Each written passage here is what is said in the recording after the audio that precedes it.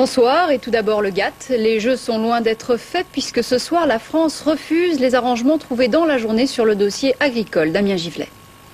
Dans les négociations du GATT, rien n'est simple, ça on le savait, mais la journée d'aujourd'hui vient encore d'en faire une démonstration édifiante. Cet après-midi, bonne nouvelle, les commissaires américains et européens annoncent un accord sur le volet agricole. Très globalement, les Américains lâcheraient du lest, permettant aux Européens d'exporter 8 millions de tonnes de céréales subventionnées supplémentaires, et l'accord serait scellé pour 9 ans et non plus 6.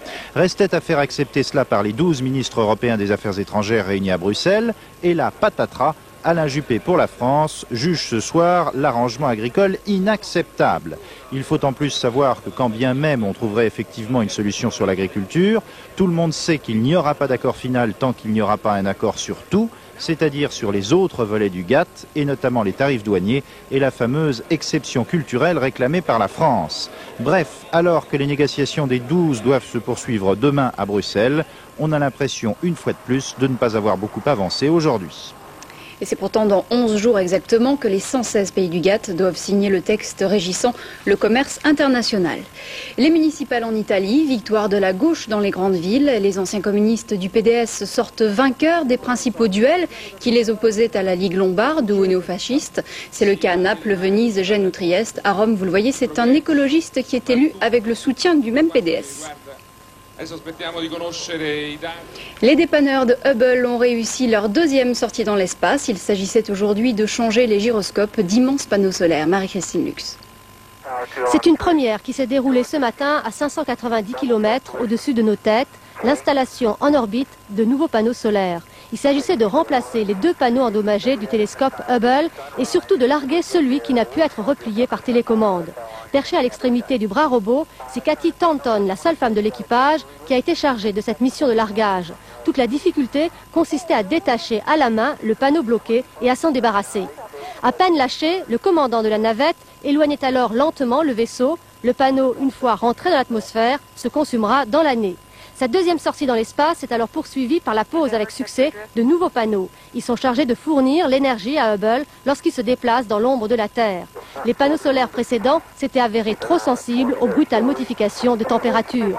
Avec cette deuxième sortie réussie dans les temps, 6h30 dans l'espace, le calendrier que s'est fixé la NASA pour rendre la vue à Hubble est bien respecté. 3 autres interventions sont prévues d'ici le retour sur Terre, dimanche ou lundi prochain.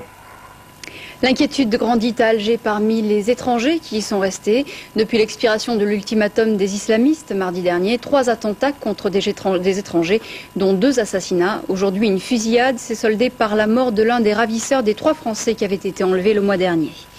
Violent bombardement aujourd'hui sur Sarajevo. Ils ont fait 6 morts et 28 blessés. Le centre de la capitale bosniaque était visé.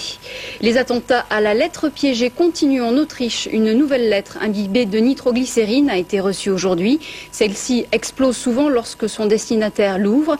C'est la 10e depuis vendredi. Elles sont destinées à des défenseurs des minorités. Les enquêteurs suivent généralement la piste des néo-nazis. Israël, 2 colons tués en Cisjordanie aujourd'hui. Des Palestiniens ont tiré depuis leur voiture. Ce soir, Israël et l'OLP parlent de plus en plus de retarder le début du retrait des soldats de la bande de Gaza et de Jéricho. Une confirmation en France, Hervé Bourges ne veut pas d'un deuxième mandat à la tête de France 2 et de France 3. Il l'a dit aujourd'hui au CSA. Son remplaçant sera connu lundi prochain.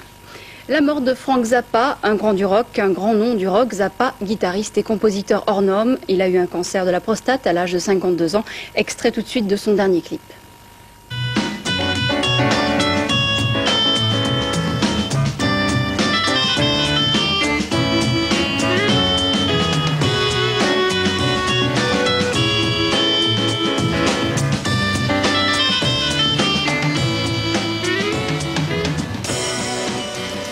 On passe tout de suite à la météo de Caroline Corvézier.